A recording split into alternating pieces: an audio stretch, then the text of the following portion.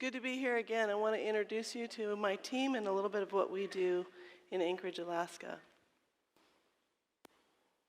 My mom, she never wanted kids, but she saw what good tools of manipulation kids were. You know, from the age of 5, I was molested. My cousin would have his friends come over and help him give me baths. There's so much more than people realize. They don't get it, and people think we're just dirty, strung out whores. We're just hookers. We're good for nothing. Do you really think I woke up when I was 6 and decided when I'm 36 that I want to be putting a needle in my arm and be all strung out and have all these issues? There's a reason why we touch it in the first place. Before I started elementary school, I did what my father called hosting parties. I didn't host all of them, but the ones that I did required quite a bit for me sexually. Sometimes for my disciplines, I was kept in different rooms. One of the times there was this puppy left there. I was told as part of punishment, the dog was brought out and tortured in front of me, like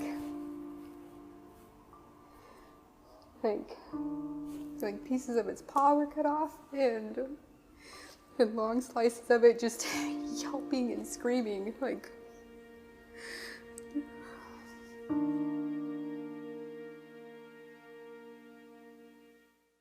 You know, Alaska is an attractive place for traffickers for a number of reasons. One, there's a lot of disposable income up here, right?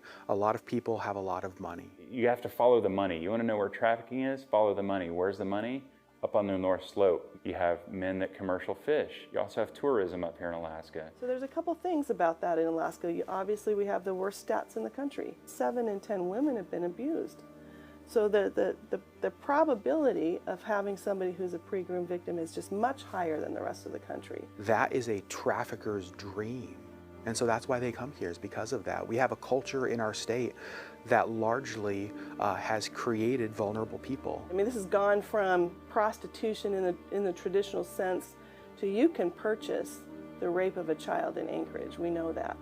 You can purchase the ability and the right, because someone's being sold and forced into it, to sexually torture somebody. I mean, anything that would cause pain, you would think that physical pain would be rough, but I honestly thought that it was the easiest part. I got in trouble, and he kept hitting me and hitting me. I started having contractions, and I delivered on the bathroom floor. And he wouldn't even let me look at the baby. He said, "It's a boy, it's dead." And he put him in a trash bag, and he left. So Priceless started at Change Point. It was under the women's ministry here in this church. I was invited to participate in Governor Parnell's task force for the crimes of human trafficking and sex trafficking. Honestly, came back and realized that it was no longer going to be okay for me to lead a group of hundreds of women and do fabulous Bible studies and tea parties when this was happening and exploding on Alaskan soil. Because it kind of looks... We had a busy, productive week, couple weeks.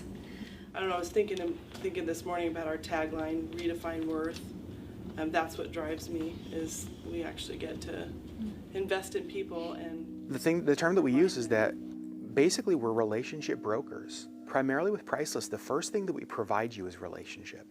So when you come into our program, the first thing you're given is a team of 2 mentors. And those mentors get to be the people who walk with you as you go through the million steps to becoming a healthy person after such a horrendous past. One of my favorite things, and I guess the thing that has been, pulls on my heartstrings the most, is to listen to those first dreams, that they dare to say them out loud.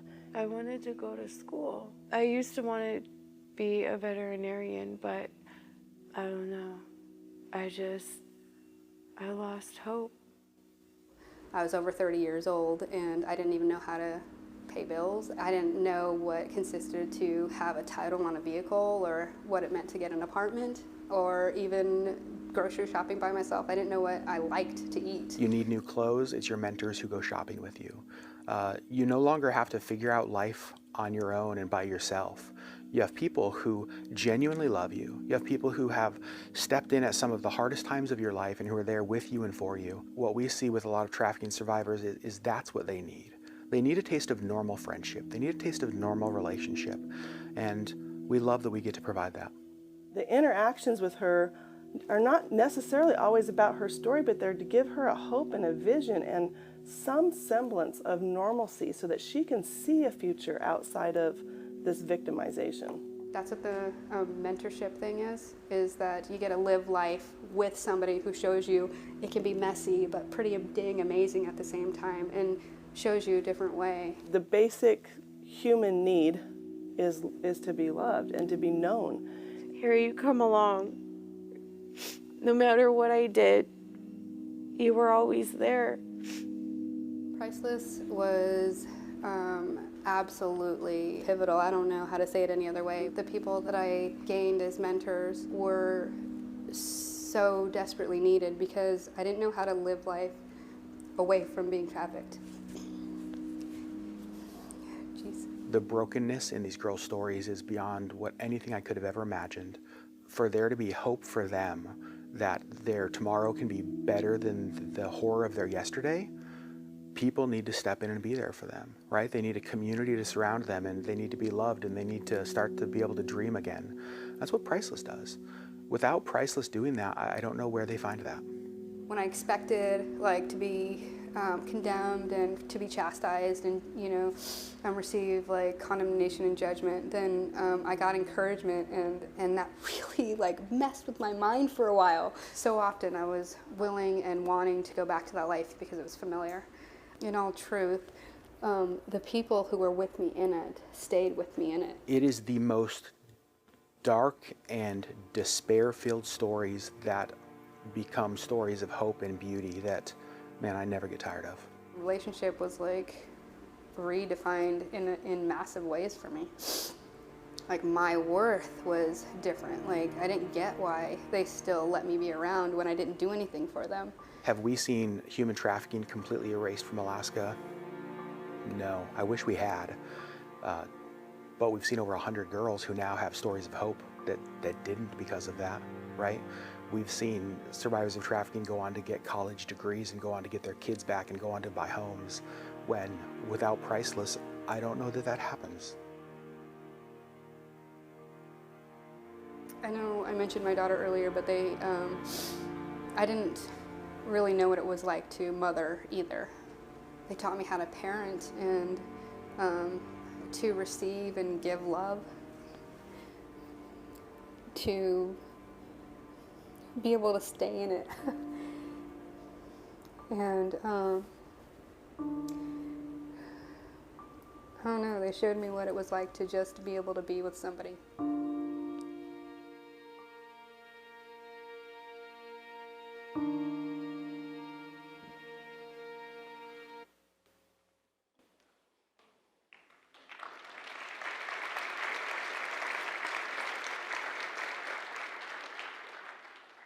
Both women in the video were women that I had the privilege of walking with for a few years. One of them is no longer with us. The other one is a very dear friend of mine, and we have a very close friendship to this day. Is seeing someone, really seeing them, something that can be taught? Can we learn that skill?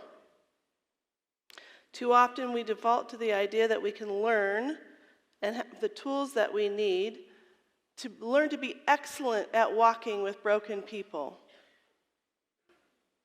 Sometimes we believe it's the gifts and the talents that we have, or the education that makes the difference. It's useful, But what does it really take? It takes more than my giftedness. It takes more than me just having a faith that I want to share with somebody. It takes my brokenness. It takes my need.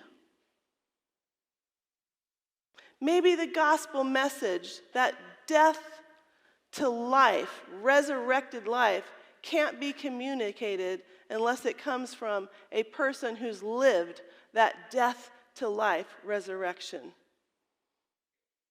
Lead with your need. I, like our friend was speaking last night, love to win. I love to educate. I love to lead. And many, many years ago, God communicated to me that from now on, you need to carry a backpack, woman, because sometimes you forget that you have to be the student. And put myself in a position of a learner at all times. Why is our need so, so, so important as we lead people in broken places? Because it's through our need, our struggle, that we earn the right to enter into the struggle with others. We can point to Jesus when we meet them in that place. Our need validates our testimony. We see Jesus lead from his need all the time. And now that I mention this, you're going to start thinking about this too. He invites himself to dinner at people's houses and brings nothing. He shows up at the well with the Samaritan woman at the well. He doesn't have anything to get water. He makes her get it with her jug. When he needs a donkey, he sends 2 people to go get one. He shows up with his need all the time and allows the people that he's ministering to meet those needs. That's very awkward for those of us who are in the life of service. But it's a very critical component of evangelism. Number 1, it removes the power imbalance. It offers worth and dignity to other people. There's not a person you meet, I don't care how long they've been on the streets, I don't care how long they've been trafficked and how broken their story is. They have something in them that you need. The spark of the living God, as he created them with worth, individuality, is there. And you can learn something about God, your creator, from every one of them. It tears down the barriers to friendship. It builds a foundation for trust to form. It provides a test to see if this is truly a person of peace and worth my investment. Do you know that not everybody who has great need in the world that you come across deserves your time? We go where the Holy Spirit has led us. We go where he's been previously, and we leave the rest alone. Think about a basketball team. If I won the state championship in my school, and now I got transferred to a new school, and I decided to join the basketball team, and I decided I want to show these people how we can get a championship because I have that experience. So I go in, and I tell them, listen, guys, I see the drills you're doing. I've got some new drills for you. I was just wondering, Coach, if you could just step aside for just a minute. I'm going to teach this team how they might win a championship. Come on, guys, follow me. Let's do this thing. How well do you think I would be received? You laugh, but this is what we are taught in Bible school as the way of evangelism. Hello, you poor people. I have a hope that you don't have. I have something about my life that has made me live a much better life than the life you have right now. Come with me and I'll show you everything. I'll show you how to do this.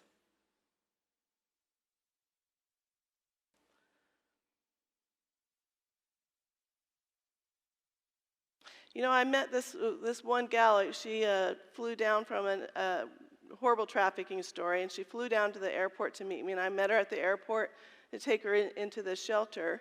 And so I get her off the plane, and she says to me, hard-looking girl, beautiful, but she's lived a life. And she says to me, listen, I just need to let you know a couple things right up front. I know you're a church lady, and I want nothing to do with your Jesus and your faith. Can we make that clear? It's okay, point taken. She says, the other thing is I really don't like women, and so you need to know that. I said, well, I've been a women's pastor for 15 years, so you and I are on the same page on that one.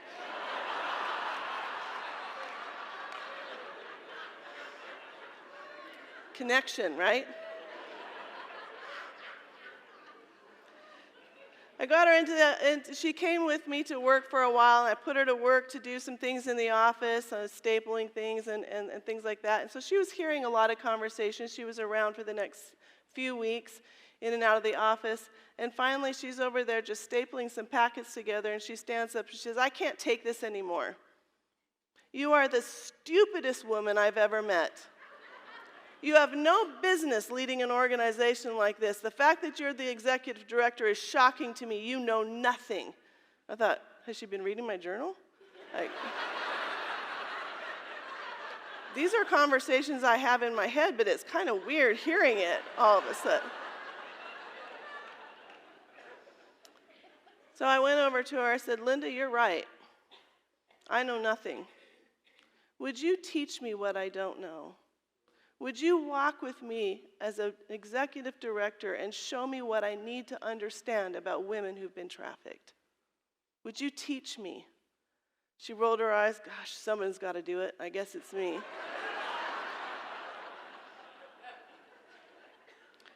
She proceeded to take me downtown and point out to me all the signs of trafficking. She showed me ways that women who are being forced to traffic inside of hotels can tell if it's a cop coming in or an undercover sting. We ended up using a lot of that material to train our law enforcement.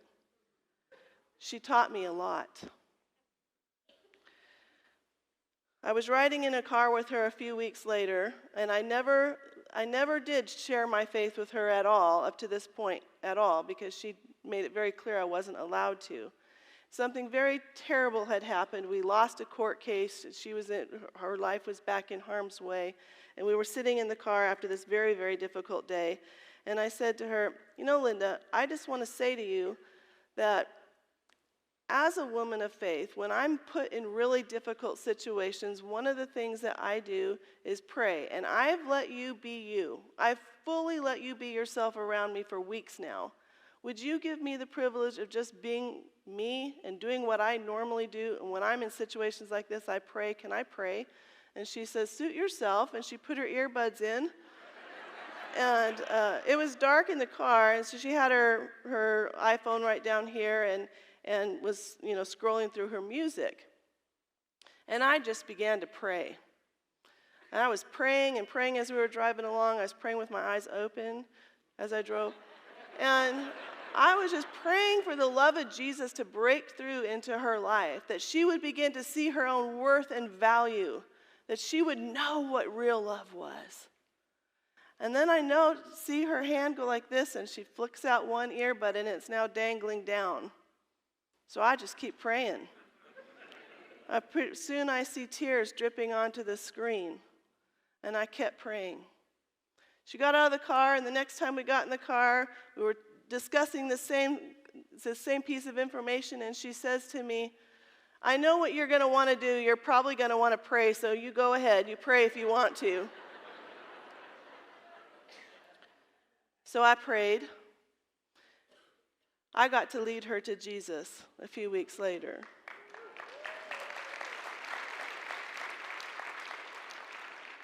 So what qualifies me to really step into those places? You see, I don't have to be trafficked to identify with somebody who's experiencing that level of abuse or being used. I know what it's like to be used.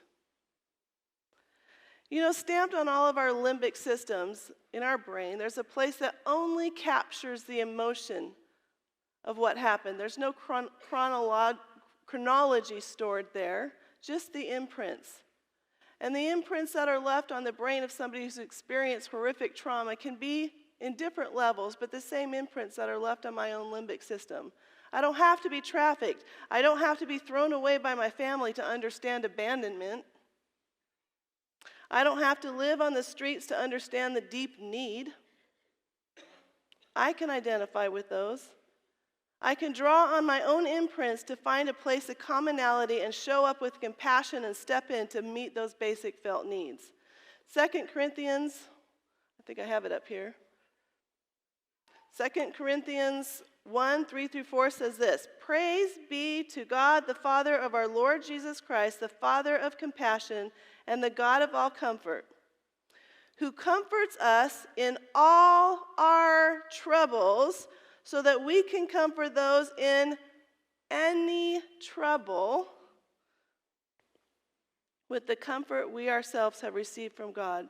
The qualifier for me to step into dark places and walk with people in desperate situations is the fact that when I was in need, all my troubles, when I was in need, I found and took it to the God of all comfort. That's what qualifies me to step into, the scripture says, any need and bring somebody else to the God of all comfort. That's the qualifier.